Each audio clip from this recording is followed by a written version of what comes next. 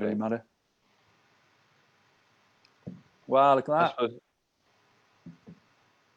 Meeting is now streaming live on Facebook. Hey, we are live, I believe. Let me just see if I can get it on my phone at the time, and then we'll. Look at that, stunning. I've unfortunately not been able to get it on YouTube. Yes, we are live. Oh yeah, as far as I'm aware, we're live. I'll get it up on my phone, and we'll just see if anyone's saying hello. How long? What's the delay? All right, then before we make a start, I'm going to get myself some watermelon juice, I think. Oh, watermelon juice. He's the fancy one out of me and him. Yeah, that is so fancy. You'd never have thought it, but yeah, he's the fancy one out of. If anyone who's just, if anyone who's just joined us, Ethan has gone to get watermelon juice because he's physically fit. He's physically what? Physically fit. Oh, right. He is very physically fit. Go out in the rain and work out. I do that. I got Matthew. Do you know Matthew Frederick from Climbing Trees? He's I've known him for years, and he's a couple of times he's driven past me when I've been absolutely soaking wet after a run, and he's like tweeted saying like, "Oh no, how can this happen to such a lovely man? He's getting drenched. I look like a drowned rat," and I'm like, "I'll enjoy it actually. I quite like running in the rain. It's fucking great." I don't like doing anything in the rain. Oh really? It's nice, man. Yeah. I went for a walk earlier, and I was just letting the rain fall over my face. I went for a chili last night, and quickly descended into many, many drinks, and I was drinking this sad watermelon juice and feeling sorry for myself. Oh, don't worry, mate. I'll drink for you. Nice, thank you. Yay! Cheers, boys. Cheers. Right, yes, let's get down to business. So actually, we've got a minute before it hits 8 o'clock. Let's not jump the gun just in case people don't. The Facebook event doesn't start. It doesn't really count anymore, does it? How can I'll get feedback now if here we go. Hi, fancy boy. I'll just get to Caitlin's. I'm going to share this on my page. Share now, public. Oh, I'll give that a share as well. If anyone else is online, give it a share. Yes, indeed. Post. Let us do that. It's backwards. It's just so weird looking at it on the Facebook. Yeah, it's weird. I'm top left on my phone, and then top right on here, and then Ethan's swapping around. It's all go. I have to apologize to everyone as well, because I've realized we can't stream this to YouTube right now. For some reason, it's not giving me the option to do it, but we are live on Facebook, and we will be able to save this and keep it for the archives and all that sort of stuff. So that'd be great. Yeah. Sounds good. I don't know who'd want to watch it back, but hey, people watched back the Sean one the other day. We've got quite a few views on that one, which is really great. So, oh, great. Yeah, people it's nice to do something like this to give people a bit of an insight into what people are doing and what they've been doing and what they want to do as well. So yeah, man, I love it. I love the streaming thing's kind of been a big part of, I think, of a lot of musicians' way of coping with lockdown, and especially like kind of being able to present and project their music, I guess. I love it. And like I've watched tons of them since the beginning of kind of all this COVID stuff. But yeah, it makes people think about what they can do to kind of communicate in a different way, and try something different, and just so making sure that kind of keep them safe, keep them in contact with their fans or whatever. So it's like lots of people have had to adapt to that. I mean, there's no doubt that lots of people did this sort of thing beforehand, but now it's become the norm to have to do it, like no other choice. I think people have really adapted to it well. I mean, I don't know about you guys. I'm sick to death of doing quizzes. But, I've only done one. Oh. Yeah. Stacey, by the way, Stacey does a smashing quiz every Saturday. But I think the reason I'm fed up with them because we always stay up till 3 o'clock in the morning, and I'm usually leathered. And I wait for the next day, and I don't know what any of the answers or the questions were, and I'm just full of regret. So it's more my own fault than anyone else's. Yeah. Don't blame anyone else, mate. That's all you're doing. That. Oh dear. Yeah. Thank you for joining us, Adam, by the way. Yes, thank you, man. The first of the new wave of live Q&As. The new wave, with more than 2 people involved. I like it. It's good. It's like kind of it's kind of creates more of a conversation. I mean, like one-on-one's great, but having 2 people, Yeah. Like, you don't know what's going to happen. Yeah, anything can happen. Yeah, it's like a tennis match. I'm watching this fucking yellow square bounce from side to side. It's great. So let's get started. So obviously we want to chat about your photography and stuff because as we've mentioned before, like it's such a passion of yours, and that it inspires a lot. It inspired me as well, because obviously I've picked your brain many a time on how cameras work and stuff. But like how did you get started with that really? Where was the sort of the pinpoint where you went, I would like to give this a go, Yeah. I mean, it was really weird. I mean, I've always been interested in photography, so to speak. I pretty much do predominantly analog photography now. And it was kind of something just purely going to gigs or whatever, or just being out and going and kind of, I guess you call exploring. Just generally, if I was in a place, whether it was like, local or whether it was abroad or whatever, I just kind of always get my phone out and snap some photos and stuff. And then, when I was away, when I went on like, holidays, when I was a bit of a younger or whatever, when I was kind of in college and back in school, if I went on a holiday, I'd kind of take my, digital camera with me. My old man was big into photography, and he had like a proper film camera and like, top of the range Olympus and Canon cameras and stuff like that. And I was kind of like, well, I'd love to, trying to get involved in that sort of stuff. And I guess it took me a while to sort of get a passion for it or realize the actual like intricacies of it. Because, that was the point of like, it's simple, but so complicated. There's so much more to it. You can go with the whole point and click stuff to it, but if you want to, we've had conversations before, there's so much more to it than that if you really want to delve deep into it. And when you find people who do that, it really shows, doesn't it? And a lot of your stuff, it's kind of like as of the moment, if you know what I mean. So one of my favorite photos that you took is a picture of Mark Foley in the rain after a run. And he said like he's normally super duper fit, but you managed to catch him at a moment where he was absolutely blowing. I bumped into him. Must have been like about a month into lockdown or something, and I hadn't seen any of the. I work at Music Box rehearsal studios on Penarth Road, and I work there twice a week. And they're like Foley and Bernie, who run it, are just absolute legends. Like they're just kind of unsung heroes of the Welsh music scene, I guess you would call, because they're like kind of more behind the scenes. But I was just wandering around and just going for just literally doing like taking photos as I do on many occasions, and go out just to explore for the day or whatever, or a few hours. And he just ran past me, and it was so nice to see him because I hadn't seen him for so long. And I was like, oh my God. And this is also at the moment where like I'd not seen anyone for forever, it felt like. And it was like, oh my God, like there's somebody who I know. And then there's not my housemate, no disrespect to my housemates. And I saw him and I was like, you're out on your run or whatever. And he was sweating, and he was like, and he did pose for that photo like that. Because he is super, he's like, oof, but he's like super fit. So but it was just lovely how the light came through the trees. So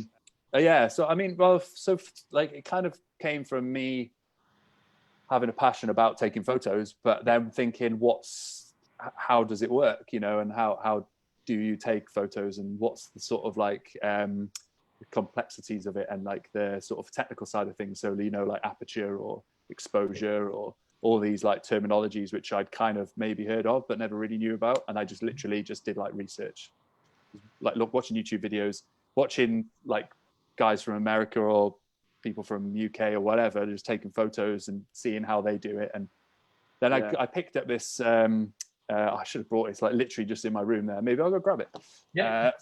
I'll go grab it. Okay. Man, it's tough though, because when I was in uni, I used to dabble with photography, but it was so complex. I just end up not really taking any of the sort of like finer details in. Sorry. Stop doing it. What were you talking about? I was just saying how when I was in uni, I had to do a bit of photography, but I just could never take any of the finer details in. So like I have a camera that I like used for like a year, and then I was just like, this is like, I wasn't taking any of that finer stuff in. That's the thing. I suppose the thing we were saying earlier, that there's a moment in someone where they start picking up something like that, where they then realise, I actually do really want to do this. I have to be back in just a second because I think my pizza has arrived. So, legend! Yeah. Talk amongst yourselves. So that's okay. Yeah, thank you. That's my first camera that I got, like proper film camera. Stunning, nice. It's insane, and looks bad. It looks like a fucking spy camera, doesn't it? It's so weird. It's strange, man. It looks like it should be on like a little pole or something as well, you know, like you hanging it. I was like, I looked at it. I was looking at just various different film cameras online on eBay. Obviously, it's kind of first point of call, and I just sort of looked at it and I was like, this is insane. And I looked more into it and kind of about the workings of it and stuff like that. And this is a half frame camera, so you get like on a negative, your normal sort of negative, it will basically, it advances at only half of a frame, then takes a photo, and they have like this little black bar in the middle of it. Right, okay. Which actually, these were taken on that as well. Nice. So these are the ones from the Courtney Barnett gig. And they're like, there's a black line that goes down the middle. So they're like basically two half frames of a regular full frame 35 mil. And and I just sort of picked it up and just thought I didn't have a clue what the hell I was doing. And I just picked it up and just tried to, experiment with it and just started taking photos. And because I kind of, I've always felt like I've had an eye for certain scenes, I guess, what do you want to call it? So just from that, I kind of thought, well, I'd love to learn a little bit more about the actual like proper photography, and analog photography is obviously where it originated from. And then through that, just by taking photos, literally, I've taken, it's probably something stupid like 15,000 photos, which it sounds, and that for analog as well. I know a lot of like digital photographers will probably take, maybe half of that in a year or something like that, or maybe whatever, thousands in a shoot. But you remember, obviously, with a 35 mil, you get 36 exposures or 24 if you get them. So it's a lot of photos, and I just kind of really just had a love for it. And it's probably the first thing I've really felt like, I love music, but photography was the first thing I got really geeky about, and wanted to learn about the various elements of it. So so you're probably saying when I'd gone to get this slightly undercooked looking pizza, incredible, about like what have you got on it? What toppings is it? See, no, I'm not going to say that because that Hawaiian. I'm not getting into that. Hawaiian. Friday night Hawaiian pizza, like. See, I mean, I've got pineapple on my pizza, so if anyone wants to, no shame, man. There's no shame. Oh, mate, honestly, it might be crazy, but still hate me. I just won't be ashamed about it. But but with the photography side to it, you said it gives you a lot of opportunity as well. And where would you say like the photography itself has given you an opportunity where you're like, wow, like this is mad. I know you mentioned the Courtney Barnett stuff before. So I've got these are two prints which are like two of my favorite prints ever that I've taken, which is I don't want to be I class myself as relatively modest, but like it's nice. Be proud of stuff like that's the whole point, mate. That's it. That's the other one. They look very similar, but the scenes are kind of so like obviously the silhouette around Courtney and stuff like that. The colours are so nice in it as well, like the deep purples and things. Really, really insane. Beautiful. And they come out really well. And don't forget, like those photos are about that small. Yeah. Like, and they're obviously then blown up to print A3 or whatever it was, or 12 by 8 or something. But yeah, no, it was kind of like I having a camera and having this little like sort of point and shoot. I could carry it around with me, and when I had the opportunity, I'd go like, right, okay, cool. I'm at a gig or touring or whatever, and I spoke to the acts. So Courtney Barnett was the one at the time, and I felt quite comfortable in their presence, if you know what I mean. Like, sounds like weird, but they're like, I'm a big fan of Courtney Barnett, and it blew my mind. And it was such a great opportunity. I was like, right, fuck this. I just thought, I'll chat to them, and spoke to them. I'd been working with them all day, and I'd chatted to the tour manager, and he was really lovely as well. And he was kind of like, oh yeah, man, just speak to Courtney and see if she's cool about it. And she was so nice.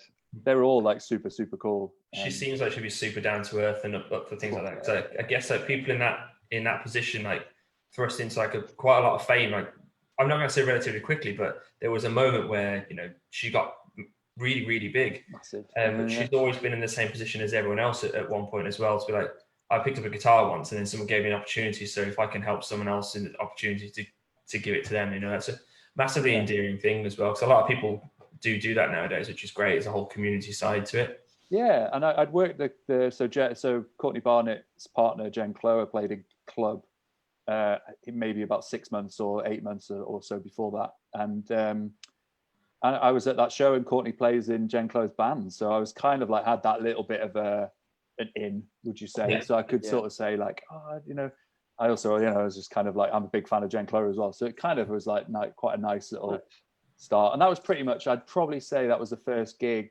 like big gig, that I'd taken photos at. Yeah.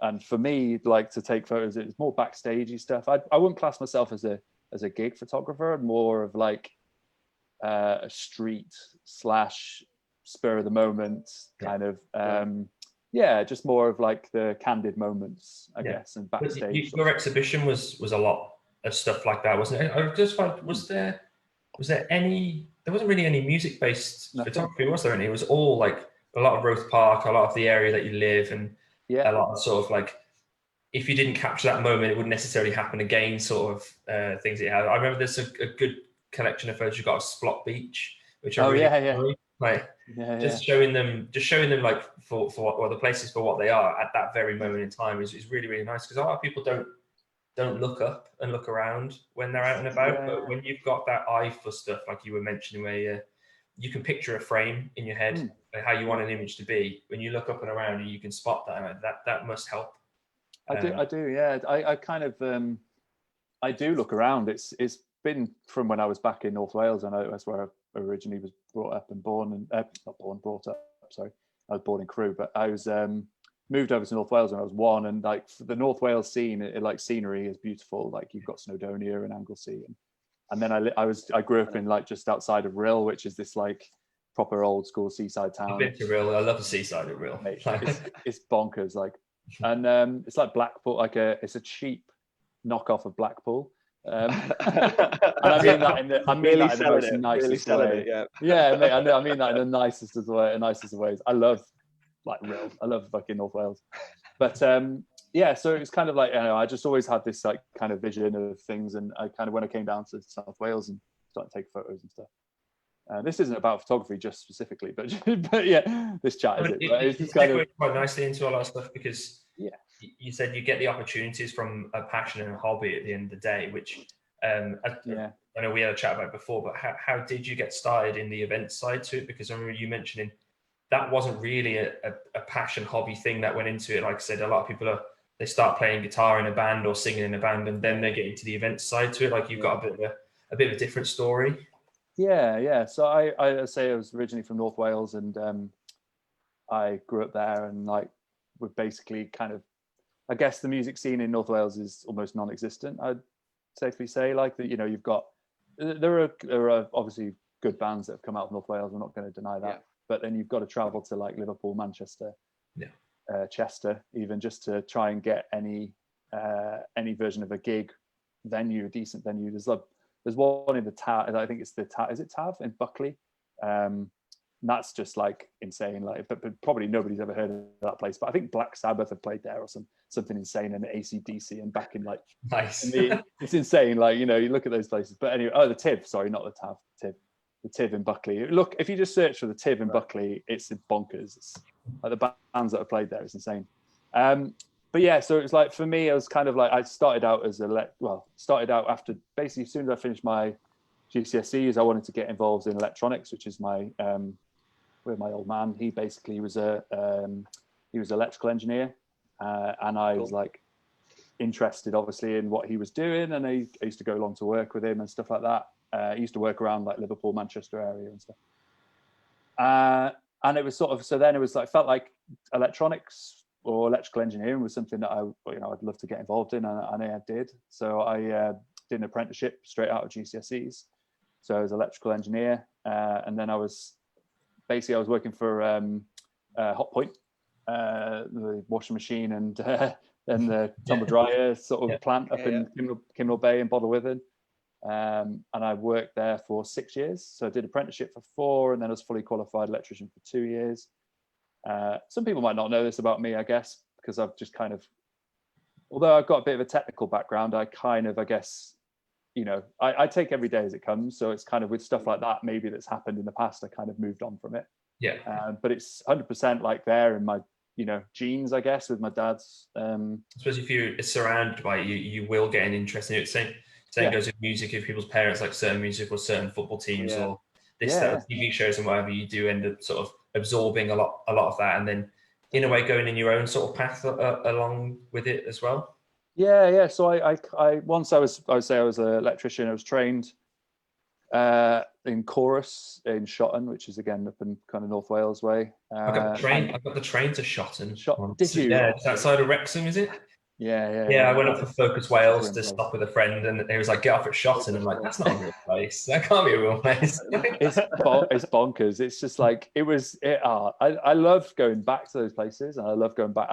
Like looking back at the time, it was kind of like, oh, this is like pretty grim. And actually, like I quite like the character of those places. And that's the thing. Those places would be I'd love to take photos of them and like kind of know the sort of layout of them and like see the kind of retro vintage kind of elements, which is again what I kind of did my photography exhibition. It was like of unseen maybe areas of Cardiff. So there was like an old tennis courts, like a derelict tennis courts that I took photos of, and like they had like the stands at the side of it and stuff. It was really cool, like these blue seats, which like Man City, like main road, like blue, bleached by the sun. They were dark blue, but then they turned the sky blue. Yeah. And there was like grass growing out of the corners of the tennis court. It's so cool.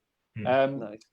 So I anyway, going back to the North Wales thing, I was basically kind of thinking, I love being an electrician. I loved working at Hotpoint, and at the time it was kind of a long story, but the factory was kind of going downhill a little bit. I won't go into too much detail, but it was bought out by an Italian company, and then and it just felt this kind of like movement, and I just didn't feel right there. And also my old man passed away when I was 21. So it kind of like I was at that and I was doing my apprenticeship and when he passed away, and it was like this weird moment in my life where I was kind of like, it sounds very cliche, but I was like, oh, is this something that I want to do for the rest of my life? Kind of, again, maybe it had a reflection on the fact that I was like, influenced by my old man. I loved him to pieces, and he was like my best friend. And it was kind of this thing like I was never like, I'm not the person who'd go like, oh, I'm following his shadows or whatever. But it was definitely something I was like on my mind, and like I loved it, but the shift work was tough. It was like, the pay was great, but it was tough hours. It was like mornings, afternoons, and night shifts. So it's like and then I was working on the side or doing extra bits on the side in music, because I was kind of had this passion for, I wanted to be a producer, really. That was kind of like my initial thought of being involved in music. And I worked or sort of helped out Mike Peters, who was in a band called The Alarm, or is in a band called The Alarm. And they were big in the 80s, and kind of, they were from Dizeth, which is the village that I grew up in, or the kind of Mike Peters lives there now, and they're from North Wales. So I kind of like, just my nan was good friends with Jules, his wife, and so I got to know them and kind of like chatting to them about being involved in music and how would you get started in working in music and whatever. And he kind of just said like, oh, you should maybe just come and help us out at the Gathering, which is like this thing that they've been doing for years, this big festival up in North Wales. Had such a big following. And I kind of was chatting to him about it, and he was like, you should just do it. You should just go and just, follow your dreams, so to speak. And I was like, yeah. And then I kind of looked into doing various different courses. So I looked at doing like music technology, or I looked at music theory or music production, music business. And the music tech degree in the Atrium was the one that kind of stood out to me. And also my sister lived in Cardiff at the time, so I went to the Atrium, which is University of South Wales now, which used to be Glamorgan University. Which Ethan, you studied there as well, didn't you? I did study there. I worked there as well. Oh, there we go. And you work there, Rich, yeah, so it's a small world, isn't it? Well, It is. Cardiff's a small place. Yeah. Yeah, man, it's a lovely campus, so really nice. It really is, nice. yeah. And I went there, I think it was the second year that they'd been fully open. So Okay, cool. They had a few teething problems in the first year. Yeah. Were you studying there when the SU was just a porter cabin out the back? Yeah, man. Yeah, there's been 3 extensions since I finished. Yeah, man. Yeah. It's insane. So I kind of looked at that place and I was like, man, the facilities there were great, and I just spoke to the lecturers, and I felt like it kind of felt like a good fit, and I love Cardiff as well. I've been down to see my sister a few times. Nice. So it was, and that was kind of, I guess, how I got down here, was talking to various people about how you get involved in the music industry, or how do you, and literally I was like, oh well, maybe I should just do it, and maybe I should just take the jump and do a course. And music, I mean, take the plunge, man. They've got so many different courses there, but at the time I think music tech and sound tech was the 2 subjects, but I was more of a, I guess, although I had the technical side, so sound tech was more in live side. Obviously now I work in the live music industry, I guess you could, but at the time I wanted to be a music producer and work in a studio, and I'd been to see Mike Peters' studio up in North Wales in this chapel, which is incredible, and I kind of was on that, was like, oh, maybe that's where I should go, the route I should go down. And also they had electronics as well, music, like electronics was part of one of the subjects as music tech, and I've obviously, with my background, I felt like it was a good glue it all together. Well, maybe that's where you get that side from, because obviously we had a little chat before, but doing the electrician thing, I mentioned, it feels like one of those, you have to have a job, you have to do this, blah blah blah. But having that experience before and going through that, I mean, shift work is hard as it is. I mean, we've all gone through it and stuff, but to still have the knowledge and the expertise and the passion from the little bits that you love about those sides to it, you then put it back into it. Because I mean, events work is not normal either. Let's be honest. It's not 9 to 5, or when it is 9 to 5, you also then have a gig that starts at 7:30 and doesn't finish with you loading out until 1 o'clock in the morning. So it's you've got to glue all that sort of stuff together. And I suppose there's that horrible thing, like, it's not a real job, but it's like, it's probably the best job that you can have, because there's so many people enjoy themselves because of what you do and what you can do. It makes it all worthwhile, really. Oh man, I've got no regrets, and I'm not a person who looks back in the past too much. I kind of obviously appreciate and respect where I've come from and what I've done in the past, and but I'm very much like, I look forward kind of thing, a forward thinking, I guess you could call it. But and it was like the move. I was no regrets again. I obviously went. I'm not going to hide it. I went from like earning 35 grand a year to earning not that much money. And I'm sure there's loads of people, if they've obviously experienced working in the music industry, there isn't, and obviously the current situation and current climate shows that. Ideal. That's the balance, isn't it? What people put into it, where there are people in the music industry, let's be honest, that are earning loads of money, but the people who keep it properly ticking over are the people who do it because of the passion behind it.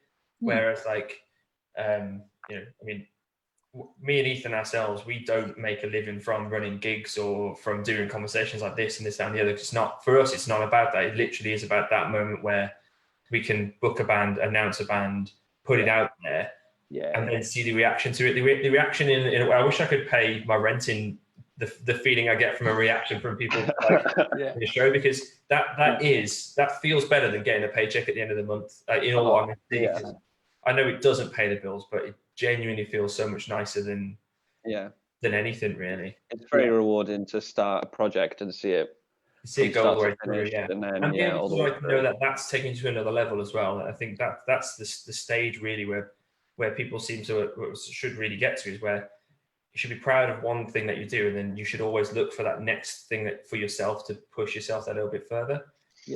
Definitely.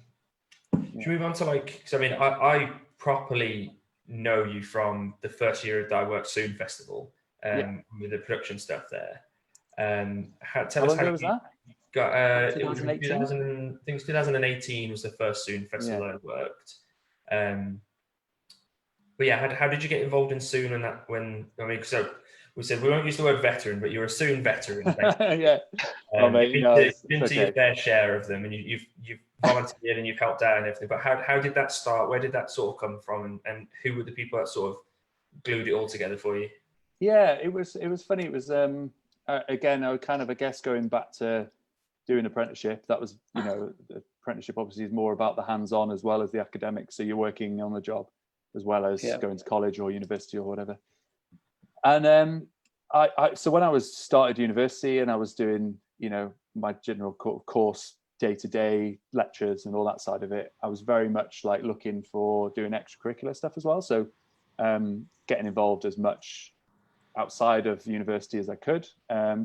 Mainly, I guess, because of my lecturers have also mentioned that as kind of a very crucial part of it, because, you're obviously looking to, once you finish your degree, to start working with companies or businesses. Get a real job. Clients. Get a real job, yeah.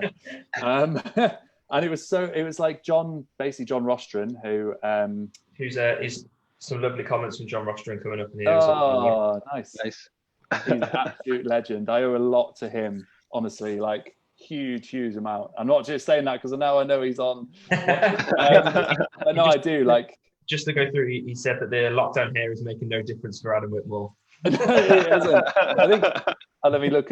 It's pretty much, this is the length I think that I've had it, like, ever. Like, it doesn't, I don't know. I love it. I think it looks great. I was saying to Rich before we started, I had a moustache about 2 weeks ago or a week ago, and I've just like got back to my beard now. But I can see the solid handlebar form. Right? Yeah. This is the beauty of having facial hair, is that you can play around with it. And like I did a handlebar, and then I kind of cut it down to more like of a sophisticated Ron Burgundy. Yeah. Yeah. Ron Burgundy, yeah. So going back to anyway, I owe a lot to John, because he basically came into our college or university and was like recruiting volunteers. So him and Klinos, who was the volunteer coordinator at the time, they both came in, and they were sort of, I think Hugh might have been there as well, Hugh Stevens. I'm not sure whether, anyway, but I think it was John and Klinos came in and were basically asking people to get involved with Sŵn Festival and this sort of multi-venue inner city festival that I'd not really heard of. I think there was a band called Little Comets who were from Newcastle. Alex Turner's favourite band. Sorry? They're Alex Turner's favourite band for a while. Are they? Oh, there we go. I love the Little Comets. They're fucking, and I class them as friends. Before I came down to Cardiff as well, I went to watch them on numerous occasions. Again, with a good friend of mine, Phil Carroll. He saw them supporting Scroobius Pip and Dan the Sack and Scroobius Pip, and he was like, "You've got to check this band out." This is I'm going on a segue here, but I'm going to carry on. Tangents are the best, man. Yeah. We'll go back to the South Wales thing in a bit. Yeah. So anyway, he told me, he was like, "You've got to check this band out," and I was like, "Okay, cool." I looked them online, and they were doing like pop-up performances in like lecture theatres and on metros and stuff like that. And I was like, "Who are these guys? They're incredible." So anyway, I looked into them, and then me and Phil and my friend, and we was kind of like, should go watch them live. And this is the time of MySpace. So we went on to MySpace, and we were like, where are they playing? MySpace, man. I know, yeah. And they said, make me sound old now. And they were like, oh, there was a gig on there, Fran's house. And I was like, in Liverpool? I was like, oh, cool. I'll check this place out. I was like looking online. I was like, fuck, I can't find it. Where is this venue? Like, looked at anywhere around Liverpool, like Wigan, St Helens, I don't know, like anywhere like Birkenhead or whatever. And I couldn't find any venue called Fran's house. And then I messaged the guys on MySpace, and I think it was Matt or Rob got back, and they were like, yeah, no, man, it's just a friend's house, guy called Fran. He's doing a house party. And I was like, what? I was like, sick. And he was like, yeah, man, you can come along if you want. I was like, ace. So me and Phil, and then a friend called Slim, Anthony Baxter is his real name. And we were just like, well, fuck it, we'll just go and check it out. And we went round, and we got there super early. We were like the uncool guys who just arrived. Hello. Yeah, with our like cans of pop.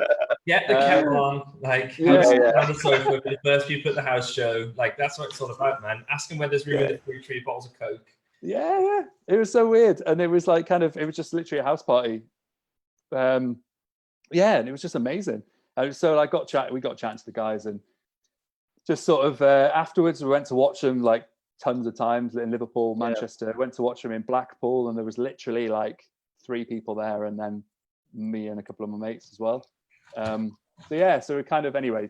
So going on from that, I'd been basically then they came down to play at Sŵn Festival, and I went and watched them in Ivorgorch, which is used to be opposite club, is now the Moon Club, and I basically went and sort of saw this gig, and I was like, oh, this is cool, like, and the festival seems awesome. I don't think I saw anything else at the festival.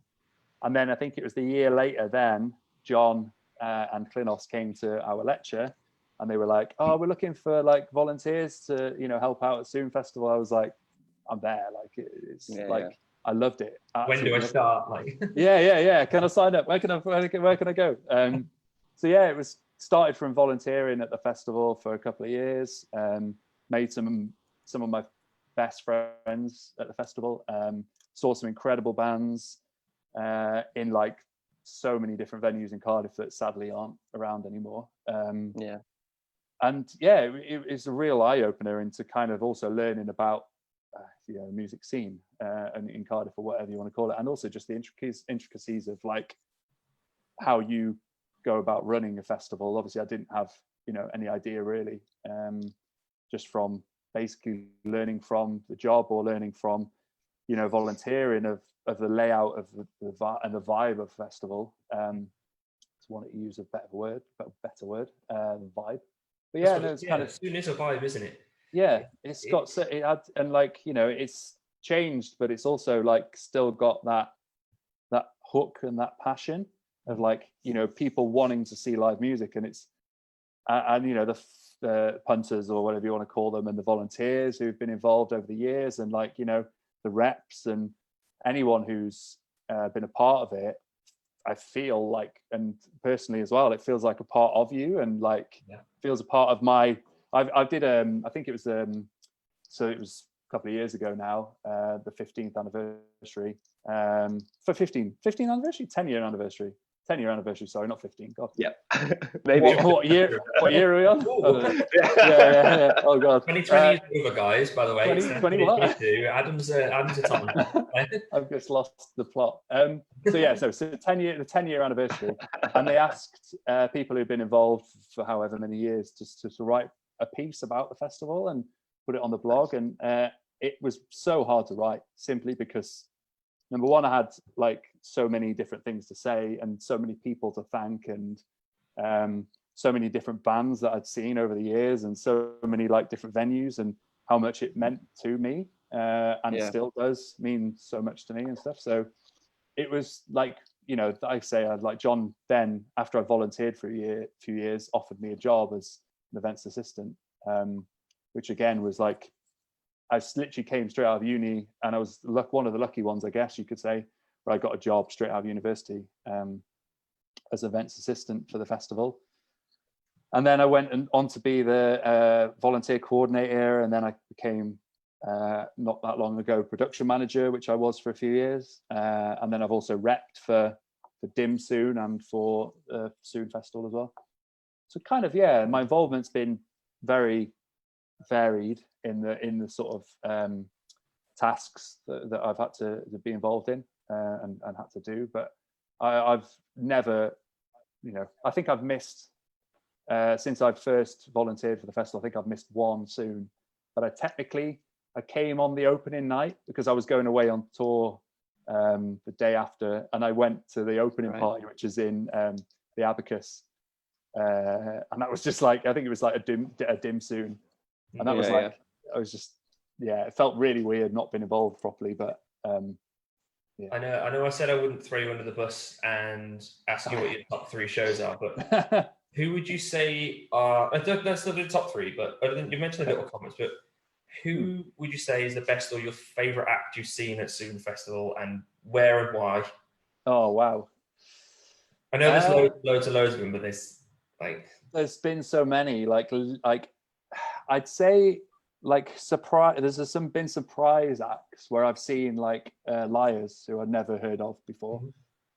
And when you're sort of working on the build up to the festival, and when you're a punter and you go to a festival, you go like, who's playing? Excuse me, who's playing and who can I go and see? And you like kind of either know them or you research them. And it's a similar thing when you're organizing a festival, because if you're not booking the bands, you may have not heard of them before, or even if you are booking the bands, you get sent incredible artists from agents who are like obviously pushing them, and you kind of like checking them out. And so once I started working on the festival, I was looking at bands like, where are they playing? And I was involved in like that organizing of that, I guess. So it gave me a bit of an insight. So Liars were a band who played upstairs in Club a few years ago, and like I just was blown away by them. Like the bass was hitting me, and I was like, it was shaking me to the core. It was incredible. It's like great feeling. Love that. Phenomenal. It was such a phenomenal band. Anyone else probably watching this? Missed that feeling. Yeah. The perfect distance away from the sound system, just to That's it. Yeah. It's just like you feel like you're. How much do I pick from sound check? Like oh man, you're making me. I miss it. Oh man. I know. So yeah, deep breath. Yeah. Oh, good. Okay. Liars were one, but then I think I've a Daughter as well. I saw Daughter in Chapter, up in one of the, I think it was the studio or the theatre. I can't remember which one it was, but she was incredible. Like Benjamin Francis Leftwich was supporting her, or opening for her or whatever, and like again, I was just like, wow. And that was the year I was events assistant, and I managed to like I every year I try and pick a band, so I kind of pick a band who I want to go and see, and I just kind of make sure I try and get the time to go and see them if I can and if I'm not busy. So yeah, Sam Evian was the one I saw a couple of years ago, and he was like, again, American singer songwriter, kind of like a rocky edge to him, I guess. I don't know how to describe his music, I guess, but he was just, again, he was an act I want to see. But so Daughter was one. A Chapter, obviously, from the centre of Cardiff is pretty far. Quite a walk, isn't it? Yeah. Quite a way. So I was like, right, I've got to get, and I, power walked over there. Get your running trainers. Yeah. I didn't have a bike at the time, which was I should have, or got a taxi maybe. But yeah, so I'd say so. Liars, Daughter. I think who else? I didn't get a chance to see the Vaccines, although I did work that year. I keep getting told about that from Ollie Miles and how just sort of like, they basically just said we'll do the festival, that'd be great, and then they got announced to be on the main stage at Reading and Leeds, like quite high up the day. And they're like, we're still playing Sŵn Festival, like insane. Like the bands I've got four posters up on my wall who are like from 2009, 10, 11, and 12, and they've got bands like Wild Beasts on there or whatever, and like Gallops, like big band, like love Gallops, absolutely amazing band. They were another one that I saw them in O'Neill's, nice, upstairs in O'Neill's, and it was just like such a great space, man. Oh my god, it was like insane.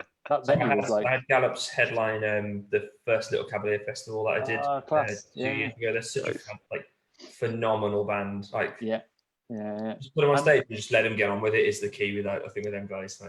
Oh man, they've got so much gear as well. And again, they're tell me about him. Running like lovely. I regret liking loading in for people. Like the volunteers are all for. Yeah, well, that's the beauty of it, being a volunteer, and that's what you do, and you get stuck in. So yeah, like Gallops. I mean, there's so many bands I could name, and again, it's kind of, there's a long list of them who've played the festival. Ben Howard was one who's played, and it's insane. Like and that was, he played upstairs in Club. It was rammed. There's been.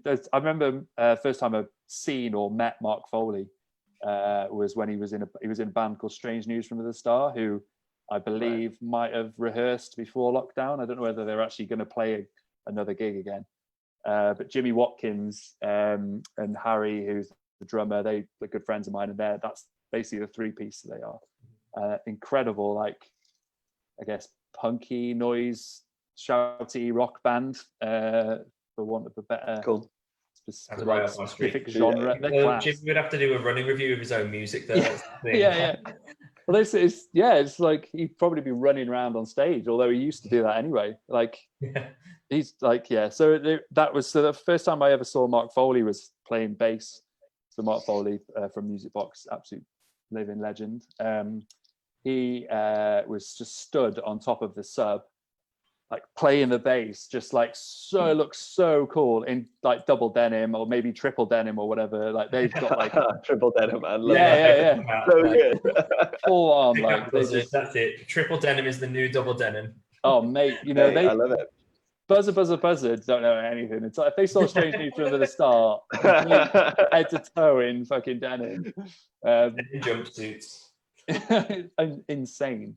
So yeah, there was like I saw them up in the Model Inn, which was above. So it's Greenwood and Brown, is it? That you know that the steak place opposite, opposite the NCP, above City Arms. That's like that venue was insane. Like it was such just a dive, I guess, but it was like a good dive. It was like a proper old school pub, and I remember because I was a volunteer that year. I basically scooted past Adam Walton, again a good friend, love him to pieces.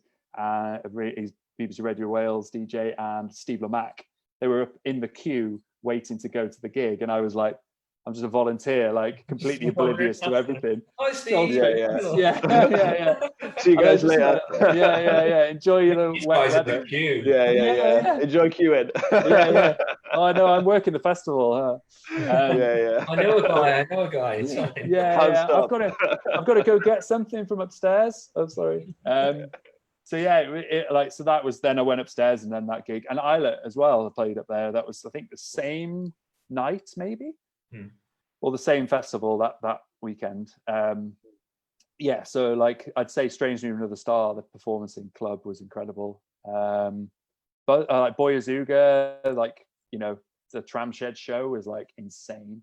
Seeing that band, like I love them to pieces. Seeing them going from playing like small intricate shows, and I was proud. I'm very proud to say I put on their first show, or they supported the Winner Heroes band I used to manage up in club upstairs, and seeing them going from that, and with them all being good friends of mine, and seeing them go from that to then playing the Tramshed was just insane. That's nice. Really nice kind of. That's the kind of, again, the lovely side of festival is kind of you see these bands progress and grow and grow and grow, and whether they're friends or whether they're like passing colleagues / just people you've met on the road or you've met from festival or from gigs or whatever. And it's nice to see them over and again. Such a community feel. Like that's what I love about Cardiff and Sŵn, really. Well, we can just quickly talk about the Let the Music Play campaign yesterday, because a lot of that was, I know it's aimed at trying to get the government to do more to save the music industry and the live events industry and hospitality industry and everything that sort of glues all that together. But the bottom line of that was people like us, promoters and musicians, pushing that stuff out to their fans as well to share. Every single day of the week, there would be thousands of people going to a live music show, whether or not they were going to an open mic night or, a 4-hour jazz night or a death metal night, whatever.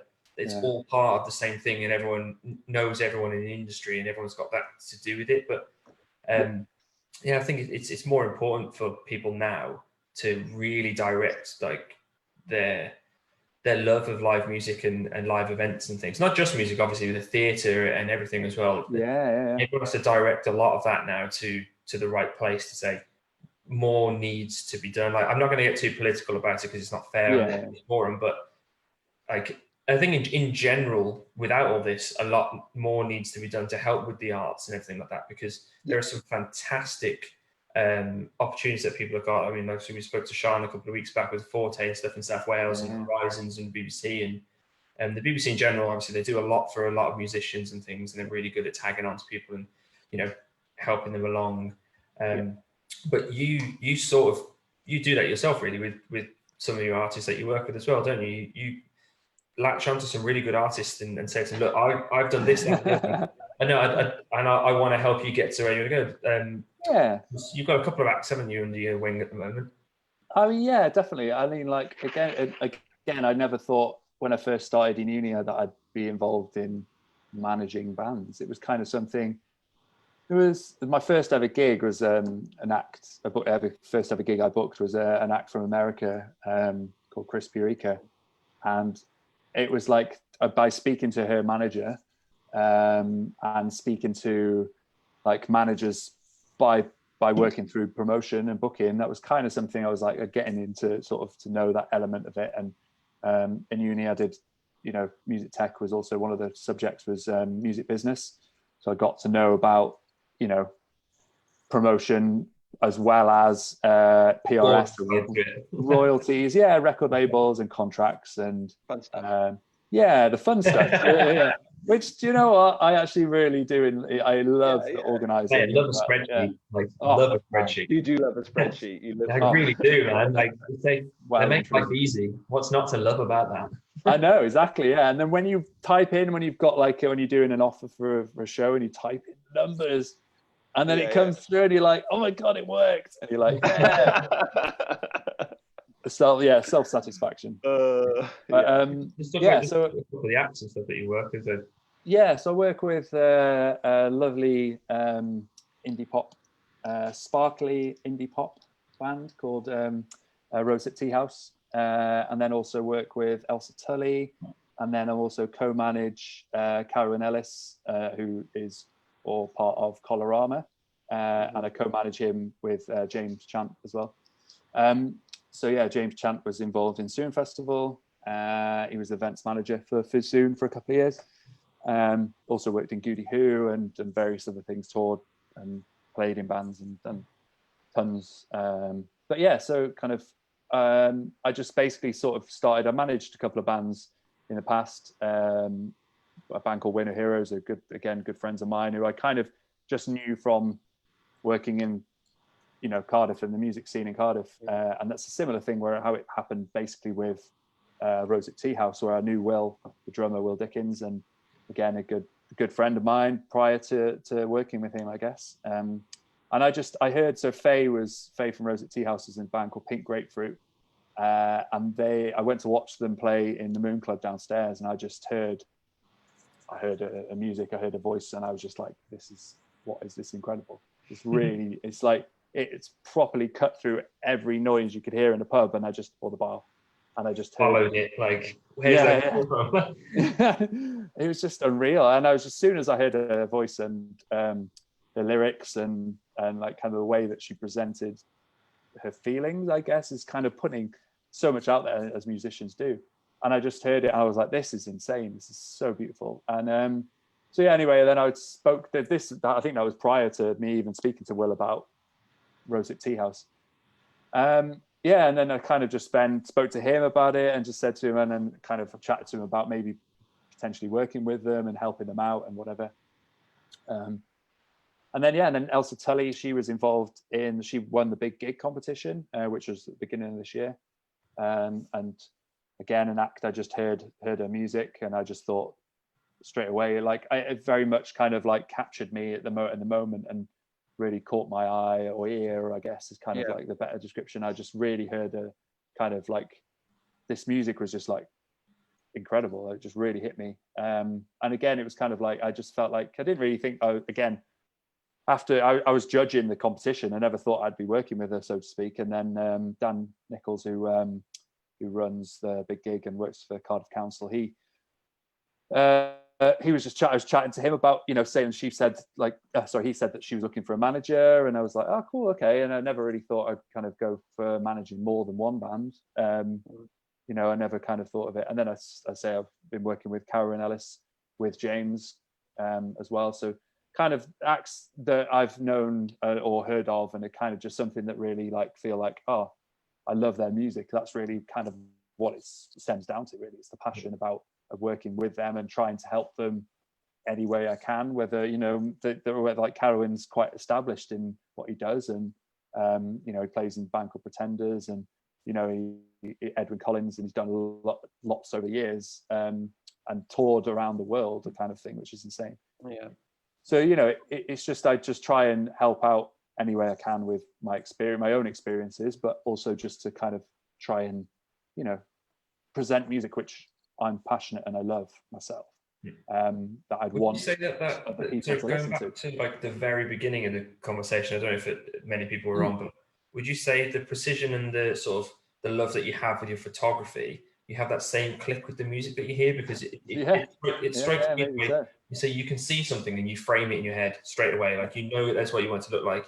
You can hear a voice or a song or a beat or a rhythm, and then you go, "What's that?" Like, you know what it is. There's something how you can like manipulate it to help people with it. Or how I can kind of put my passion into presenting that music to other people, and how I can hopefully, you know, pass on my passion for the music. I'm using that word quite a lot, but you know, like that kind of love for the music it sounds really cheesy, but it's what I not at all. Like initially got involved in. Isn't it? Like it means so much to so many people that there are people who play music, there are people who write music and don't play, there are people who manage people and everything, but they all do it for the same reason, because it gives other people a really nice warm feeling, or you know, it lets people express themselves without having to have a guitar in front of them. That person watching the music can express themselves as well.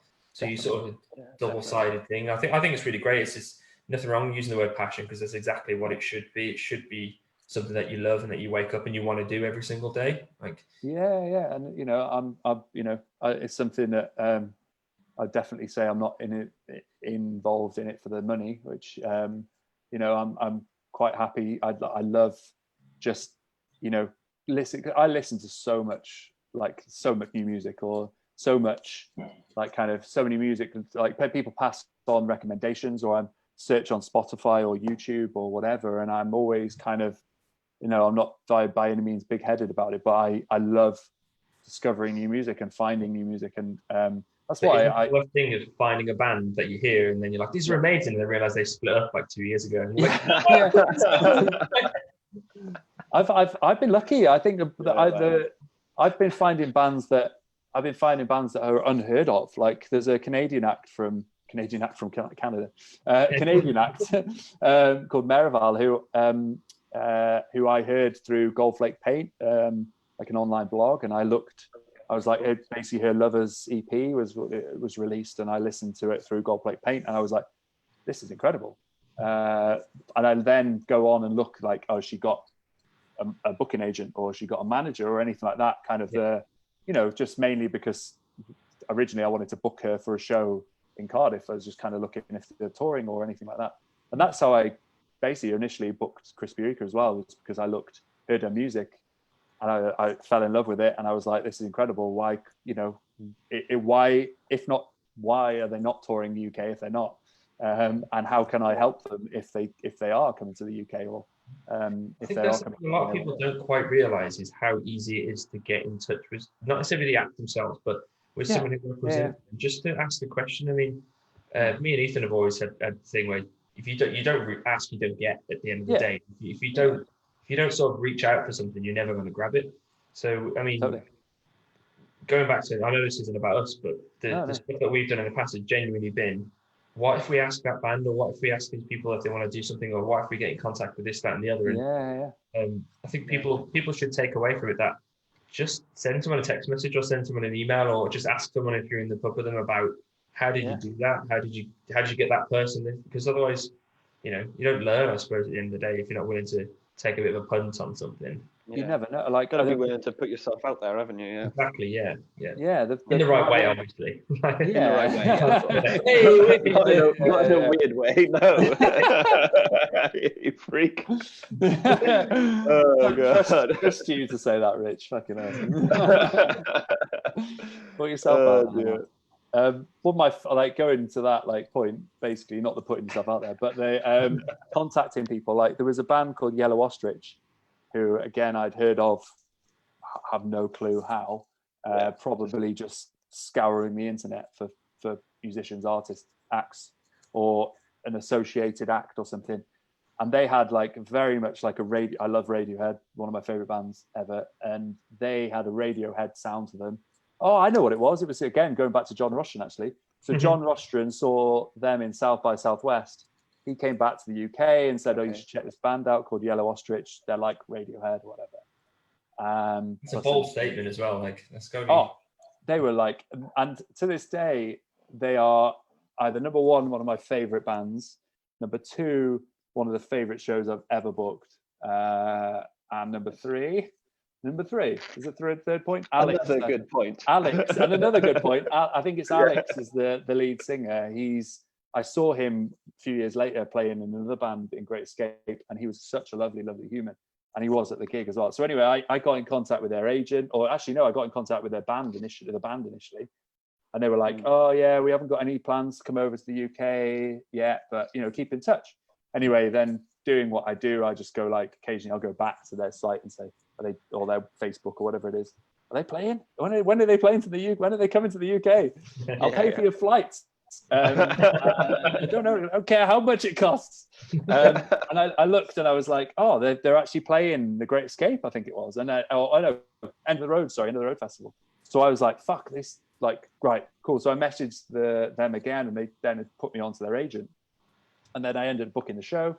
I booked it out of pure passion, again using that word, pure like just love for the band, and I then was like, cool.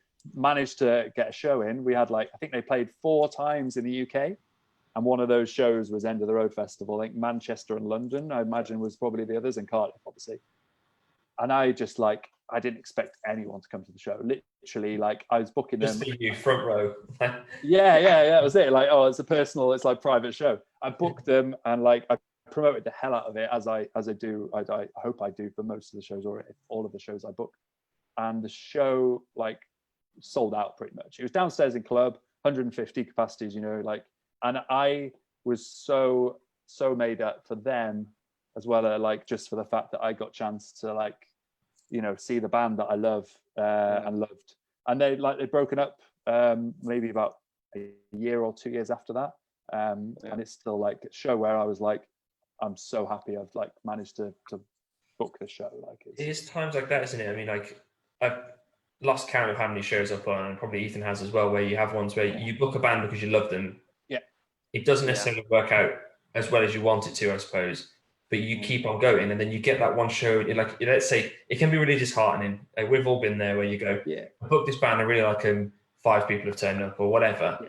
But then you have that other show where you go, I booked this band, I really hope everyone likes them, they see them, and loads of people turn up, and you go, it is all worth it at the end of the day.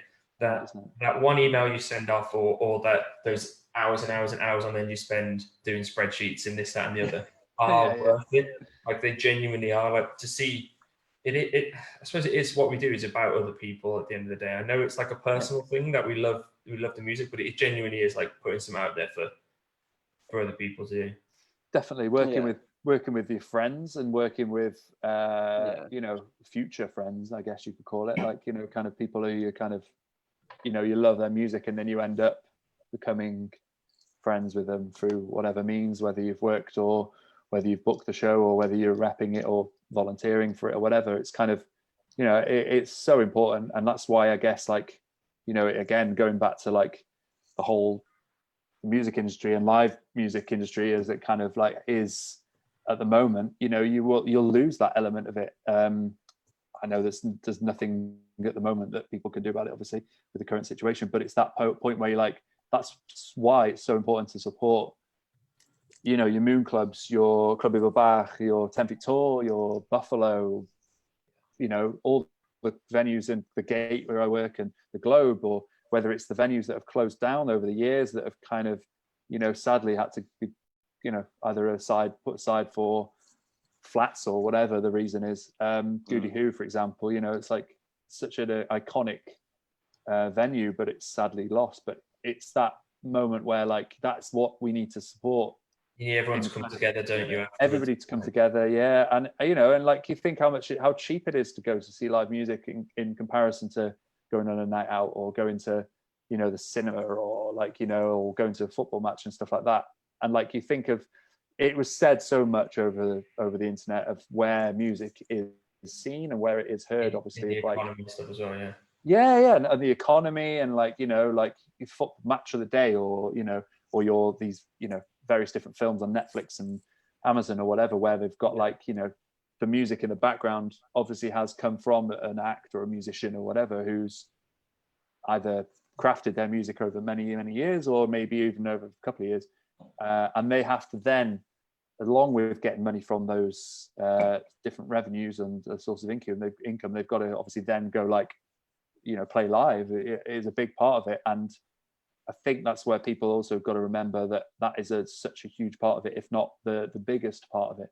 There is recording artists, the studio artists who predominantly play and record in the studio, and then they present their music online. But then there's also the live element where you're meeting people face to face. You're meeting Joe Bloggs or Sandra or whoever down from, like, you know, all these people like that you're meeting through going to a gig and going to. I would never have probably met either of you guys if it wasn't either at Sŵn Festival or going to Tiny Rebel or music in. I genuinely wake up every day and consider myself incredibly lucky from the people I've met through gigs and things. Like, obviously I would have met different people doing different things, but the people that I know now who I love is because of, or probably because of picking up a guitar 20 years ago or whatever. But and eventually that butterfly wing there has led me to where I am now. And probably this, as I said to you earlier, your story about you didn't pick up a guitar or play the drums or sing or anything like that. You had a different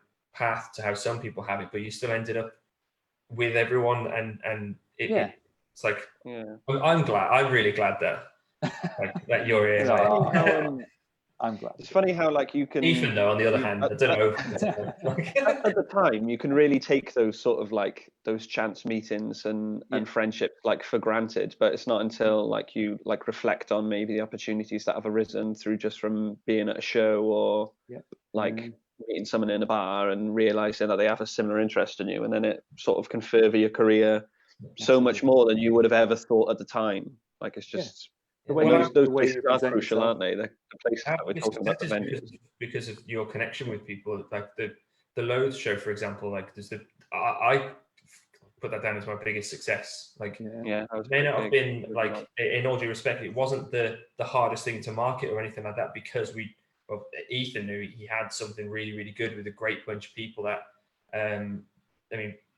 we probably owe a lot to them guys, even though I don't know them particularly well. We owe a lot to them for that moment. But Ethan met Faisal at university, wasn't it? And then we met in college. In college, and it goes on from there. You're right. You got to take on those, like, that's not necessarily. I suppose it is a chance encounter. I suppose because how many people you just never know. People they went to college with, or they've moved away, or this, that, and the other. Like, you got to stick with the people that you can help, and they can help you, and you run with all the positivity.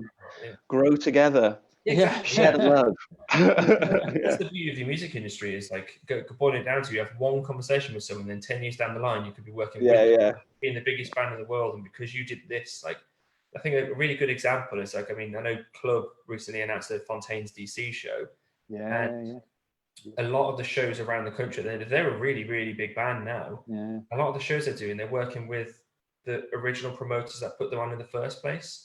Because they know they could have gone with really big agencies and really big management agencies and stuff, but why do that when they are in the position that they can give back to an industry that, and it's struggling a lot now. But if more people sort of follow suit with that sort of mentality, where you have that chance encounter in the pub when you play to 20 people because for whatever reason, but you had a great conversation with the promoter at the bar, and you realize that they're so passionate about it and they love what they're doing. They're doing the right thing for the right people, and then you can give something back to it. And I think that's a good way to sort of treat yourself into it, really. Yeah, and that's again the link with Sŵn, where they used to put on bands like like say the XX, or I'm trying to think of something else that's kind of where the Amazons, for example, and there were bands that started out and were the Wild Beasts or whatever, where they were small acts at the time, but then they'll come back and they'll play, like the XX then played, they played the Coal Exchange, which was 1,000 cap, I think, maybe 1,500 max. I think it's maybe 750 to 1,000 actually. Anyway, and they then played that show, and then they came back, numerous years later and played the Motor Point, and they kept that link with Sŵn and with John, and Yeah, it's just there's that kind of, you never know where the act's either going to go or they're going to get to, what level they're going to get to. And I think you've got to put your faith in people like that, haven't you? You got to, if you, I think there's a lot of acts as well. If you kind of want them to get there, in a way, you can sort of will them to do it, even if you have nothing to do with it. You sort of will them to get there. You go, like, I want you to succeed. Like, it's one of those things. Like, you want that actor or that artist to succeed because you can see something in them as well. I suppose that's how you work with the acts that you manage. Is like, they could be you want them to be the biggest band in the world one day or the biggest act in the world one day, because you can see how much it means to them that they've got someone so passionate about it with them. And I've said to Ailsa, mainly more than I guess the other bands, but just because the way that she had a previous manager who was more, obviously I don't name names or anything, but he was more commercial sort of focused. Well, like when I was chatting to Ailsa at the early stages, and and then also that has reflected back on, I think, with regards to like Rosehip Teahouse, where they're a band who I'd rather, and I feel like that they would rather progress organically and like, and build. Okay, it'd be great if you got a number 1 hit and sold millions of records straight off, bang. Like that really at the end of the day, but that's a phenomenal thing that not many people can. It's such a rarity. But they could be that bands like that could be that rarity. And it's all down to obviously the people in the band, because they're the people who write the music, they're the people who have the experiences to write the songs, all that sort of stuff. But you have the right people around you putting it all together for you. Takes a lot of pressure off them as well. I think that's an important thing. You can, if you just keep pushing them in the right direction and with positivity and being like, you have down days where you think, oh, maybe our songs aren't good enough or this, that, and the other or whatever. You go, no, they are, because you wrote them and you've done this from the right place in your heart and the right place in your mind at the right time.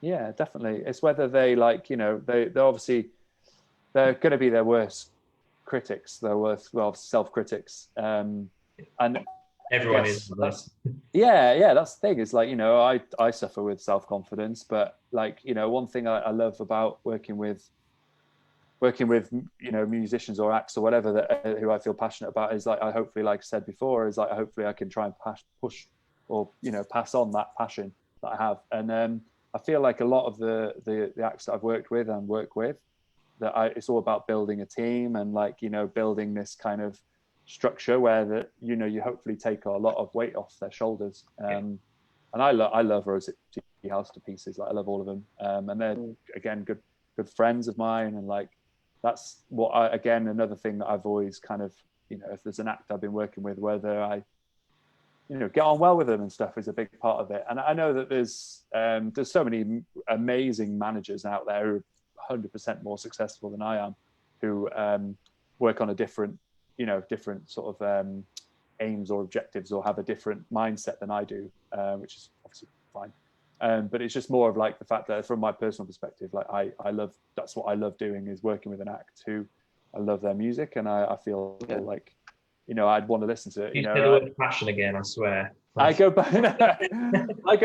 I like, I get sent tracks from Ailsa or from Carowin or from Rosehip or Denuo, who I used to manage, and Winnow Heroes at the time, and like I get sent their music and I listen to it and I'm like, this is incredible, like, and I love that side of it. And that's what again, going back to the listening to new music, I'll search on Spotify and YouTube or wherever for music, Bandcamp and whatever, listen to stuff, and I like catches my ear and I'll like catches my attention. And that's, a similar thing with the acts I work with. If they send me stuff, I'll happily give them feedback, and I love listening to new stuff that I can kind of like either help any way I can possible, or just the experience of listening to something that they've just put out there from their own experiences or feelings. It's just like, that's what I love about music, and it's just like it's incredible. That's it. There's that weird like super personal thing about a song, the lyrics and what they meant to the person who wrote it at the time, to hearing 10,000 people singing it, and it all, I think, it's going to sound really cliche, I think Dave Grohl said it once, is that when he plays My Hero, he's got 50,000 people in front of him at a festival all singing that song back to him, thinking about a completely different person in a different time of their life, because the words mean something to them. Might be the same thing, but it's that it's personal, but not at the same time. Yeah. Everyone can relate to it in a way, but it's a lovely thing being able to do something like that. Yeah, definitely. Yeah, it's an incredible thing. And again, yeah, just I'm very grateful to have the opportunities to do what I do. Work with amazing musicians and artists, and Faye puts her heart and soul into all of her music and puts everything into it, and it's so like you can feel it. Like it's sometimes it almost brings a tear to your eye. And then again, knowing about where that song or where the lyrics came from, it means again so much more. A little bit more as well, yeah. Yeah, it's just I like hands down. Like I play guitar, but not by any means of a high level at all. But yeah, love playing guitar, but I'm not a guitarist. No, which is why I don't play guitar in a band. I listen. That's why I put down the camera as well. yeah, that's it. Yeah. Oh, mate, I don't know. Just stick with it, man. Stick with it. It's Very carry on. Yeah. So, like, kind of, to have an opportunity to work with music and musicians that I love, it's just it's great. So it's incredible. Yeah, really, really good and powerful. Just to move on, you mentioned something that made me and Ethan quite giggle just earlier on, which said, how do you like dressing up as a bear, Adam? Yeah. Story behind that then. I'm not going to do it now. Like I don't have. I don't have a costume with me. No, it just so happened that twice. Or 3 occasions actually, but on definitely a thing. If it happens more than twice, it's definitely a thing. Yeah. It was so weird. So Davey, lovely Davey Newington for Boy Azooga, or of Boy Azooga, he asked me at one point. He was like, "I've got they like do the standing still as one of their songs that they offer their video. They've got guys wearing a polar bear mask. I think it's Dav. I think is drumming with it. I think they all interchange wearing this thing. I think Josh at one point, their engineer, wears it. Anyway, so then at Glastonbury, inside the helmet at the same time. Yeah, like with the straws coming down. And so yeah, basically at Glastonbury, I think Davey, I can't remember what point he asked. He was like, "Oh, would you be up for wearing like the polar bear like mask?" It was like a full on like polar bear like a head, like a proper head. Yeah. And coming on stage and firing off some confetti cannons. And I was like, yes, I am like, this is my life now. I was like, this is it. This is my moment. No, 15 minutes. Fuck that. I'm gonna have like 2 minutes, two lots of 15 minutes. No, so he was like, it was just kind of like, oh, do you want to come on? And it would be like pretty cool. It'd be awesome. And I was like. Totally up for it. I'm not shy by any means. Yeah. When you get the polar bear head on, you can be whoever you want to be. Oh, totally. Like I was, and I just felt like an absolute clown when I put it on. And I was dancing around literally so I think the first stage that they played, I won't say the name of the stage because there was a little bit of an awkward moment. So basically the stage that they were playing at the time, we kind of thought, no, it's a bit too quiet. We won't, well, I say quiet, it didn't feel like the right vibe. So we won't do it. And then I was like side of stage. I like guitar tech and tech for the guys on stage. So I was like just side of stage, just keeping an eye out for things. And then Davey looked over to me and just nodded, and I was like, oh. But I think it was the next song came on, and then I was like, it was in a port cabin. It was like piled. So they had the port cabin side of stage with all the gear in from all the other bands that were playing. And their empties, their cases were in there, or their deads were in there. And I was like, right, fuck, I've got to go in there. Grabbed it, put this polar bear mask on, got this confetti cannon, which I had never used in my entire life. I didn't know what, I was literally looking at the instructions, right, like cellophane wrapper off. Okay, cool, twist the bottom of it. All right, okay, do not point at face. Yeah, do not point at face. And then I went out onto stage and I was throwing my arm. I couldn't see anything out of this polar bear mask. Couldn't see anything. Like 2 little slits there, and maybe down by my feet or something.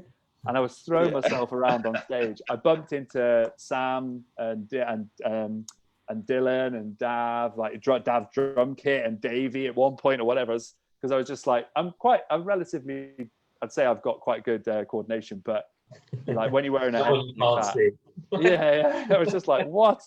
Anyway, I was throwing myself around the stage, dancing to the song, whatever, and then I went to like do the stand-in still, and it comes to the point where I was like, bang, there was a fire off the confetti cannon, and I fired it off, and unknowingly, like basically when we came off, I danced around for the rest of the song.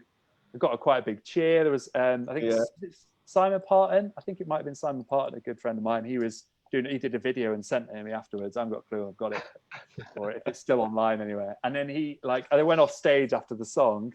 Anyway, the set finished. The guys came out, and then Sam came to me and he was like, "Adam, that was amazing, but you didn't have to punch me in the back." And I was like, "What?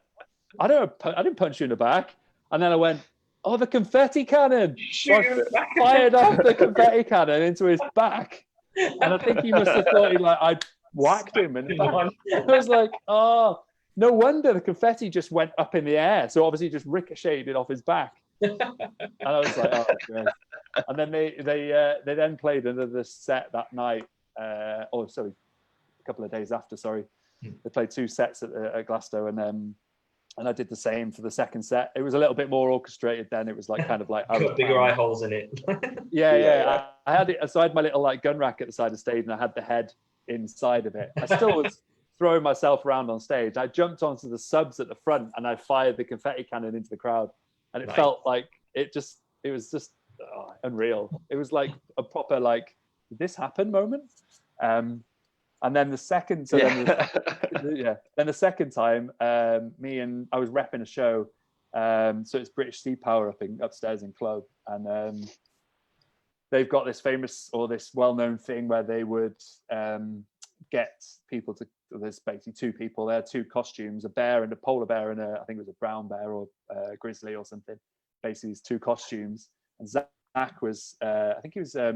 He might have been crew for the show or something. Zach Mather from Chroma, and he, that's it, and he was basically like their tour manager asked, "So you guys are okay wearing these costumes and coming out dancing for 2 songs?" These, mind you, were like full on, like football mascot ones, head to toe, football mascot ones.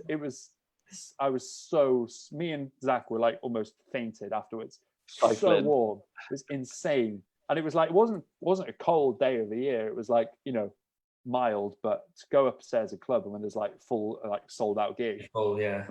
And we just danced. I think it was like the encore or towards the end of the set, and we both dancing through. And they had these like poles where the arms, so they had the arms going up and dancing through the crowd. It was just like, I look back and I was like, how have I done that 3 times? I've dressed up as a bear in a year. That just doesn't make sense. You need to keep it up. Like, I know. Every opportunity you get, sort of like, I'll do it, but can I dress as a bear? Yeah, that's it. Yeah, that's one of my. If I ever had a rider or like a anything specific to ask for a show, that would be it.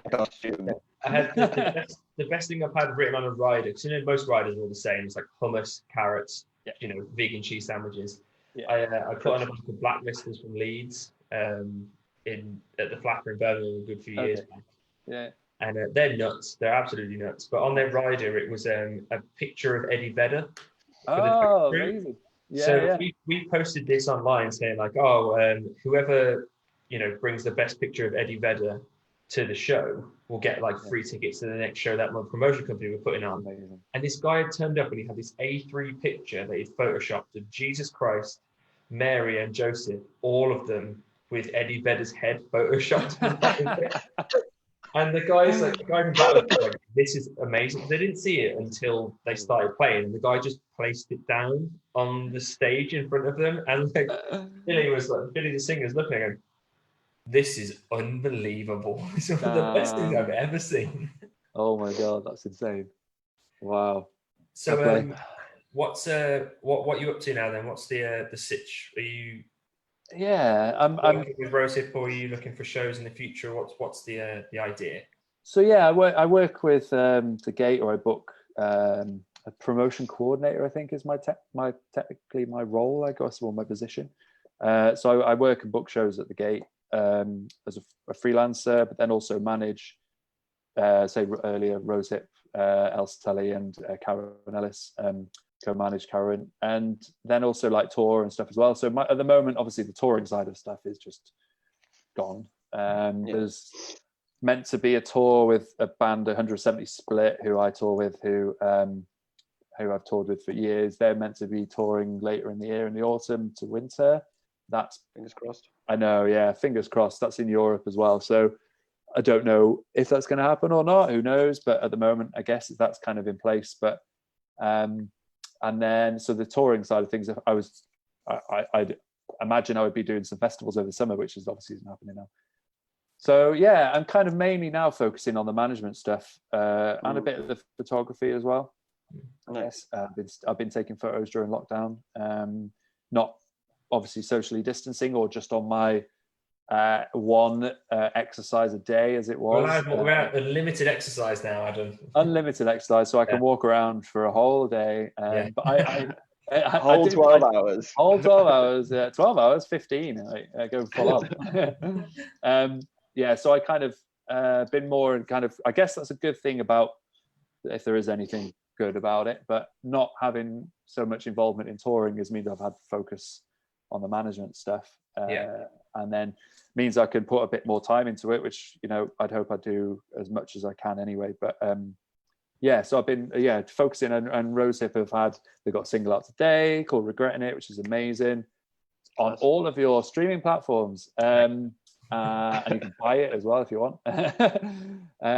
And then also Carowin's got an album coming out. He's got he's had a single was out last Friday called And, which is incredible.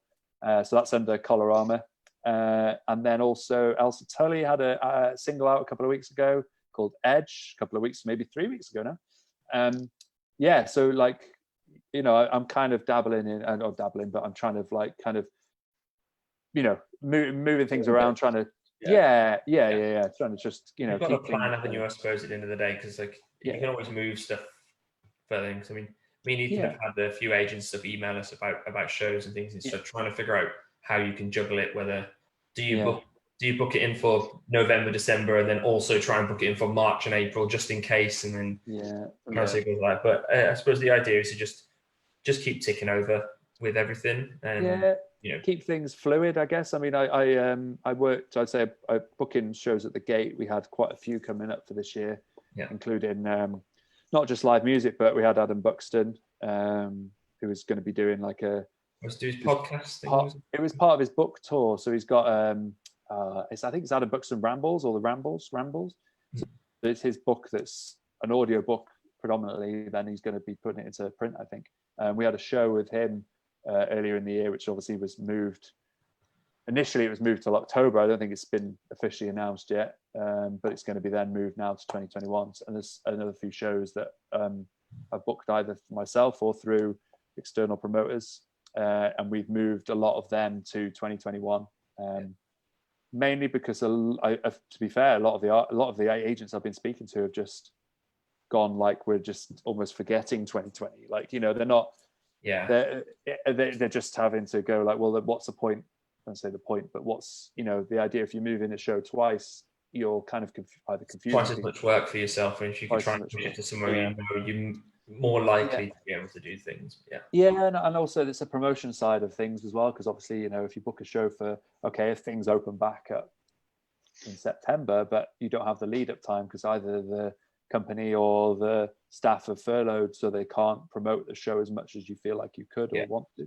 If it's, you know, there's various different scenarios, I guess, with different venues, or if you're doing it part-time, full-time, or just as a hobby or whatever. But it's kind of that, like, you know, what's the easiest or the most, I guess, sensible way of doing things, obviously with the health and safety of the staff and the customers and the bands at heart.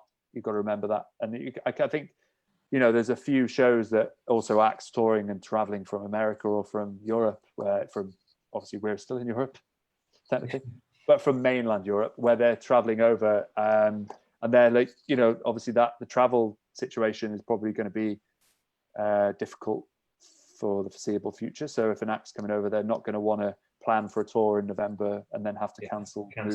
We had an act that was from America that was supposed to come over. We were doing a co-pro with Steve in Bristol, but it had to pull that because it wasn't necessarily a travel ban or anything, but they would have to quarantine themselves for 2 weeks and then quarantine themselves when they got home, and they weren't a full-time band. They were, they had jobs and things, so they'd have to not go to work for 2 weeks. It was horrible to watch sort of things like that happen for bands and things. But I think a lot of people now, it was all a big shock, I suppose, at the very start.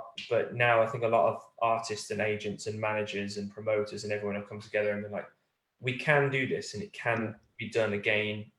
But we all have to be on the same page, which they said, don't write off 2020, but 2021 is probably going to be the best live music year I think has ever existed, because every band and every person is going to want to go to a show or play a show or be part of something. Like festival season next year will be unreal. Glastonbury's going to have to be about 2 weeks long. That's it. It doesn't feel real. Like numerous times I've had so many, and I'm sure many people have as well, like ups and downs and low highs and lows, and you kind of like feel like at one moment, what's the point, like there's so many, like and whether I working in music, and do you carry on doing it or do you want to do something different? And there's loads of things that come to your mind, but I guess fundamentally, like there's so many people that are in the same situation who are worse off. Like I'm lucky in some respects that I've got bits of work that I can carry on with, and of course.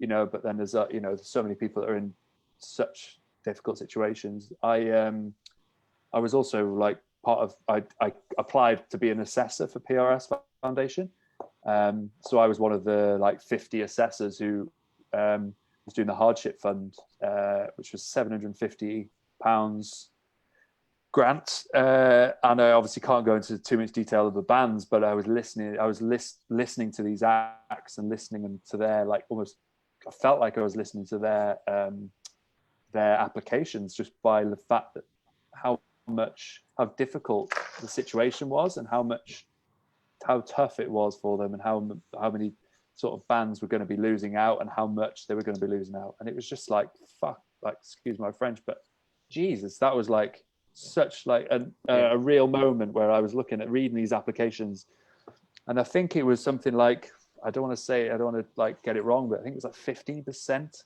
of the applications. There was 50 of us, and we all had 30 applications each.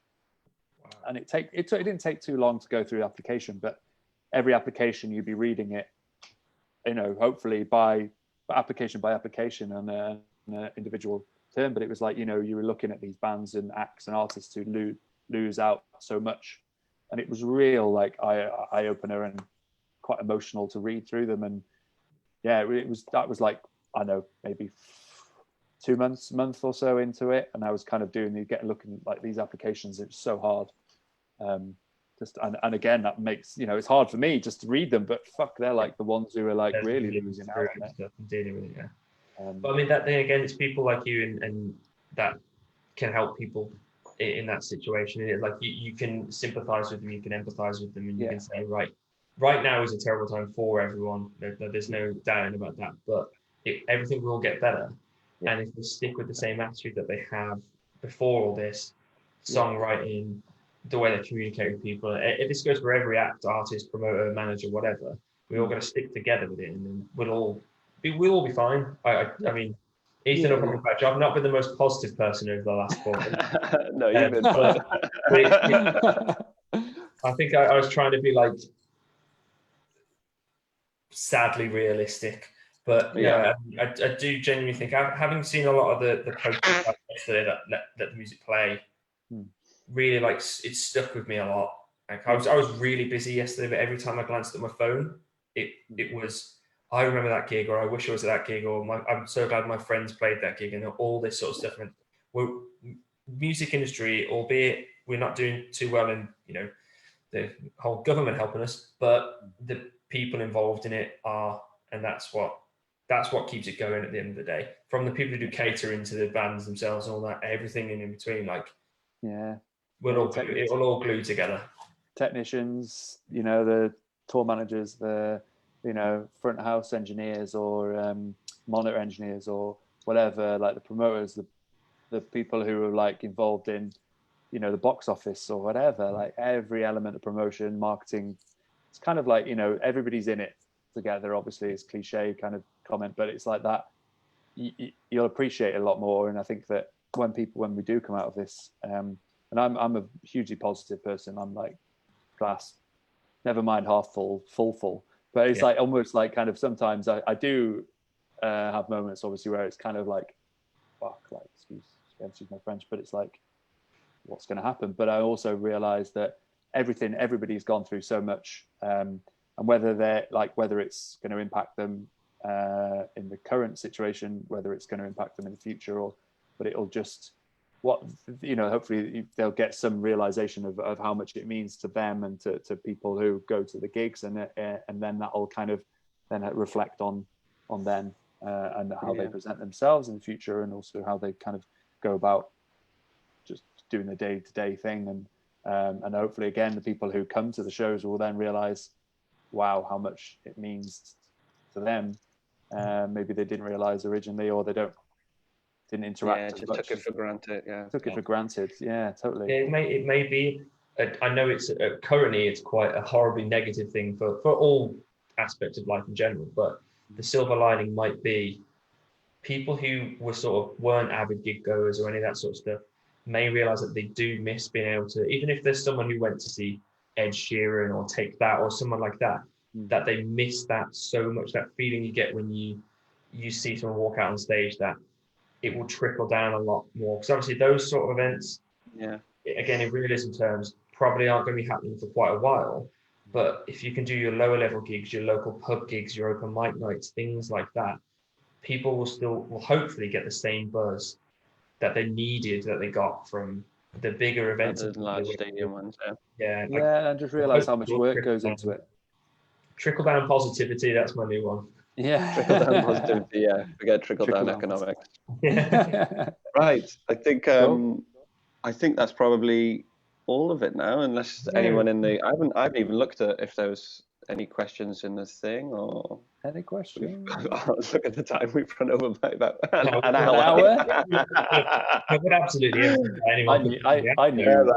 I knew from the start, man. I can't keep quiet. Like, you know, I could literally talk.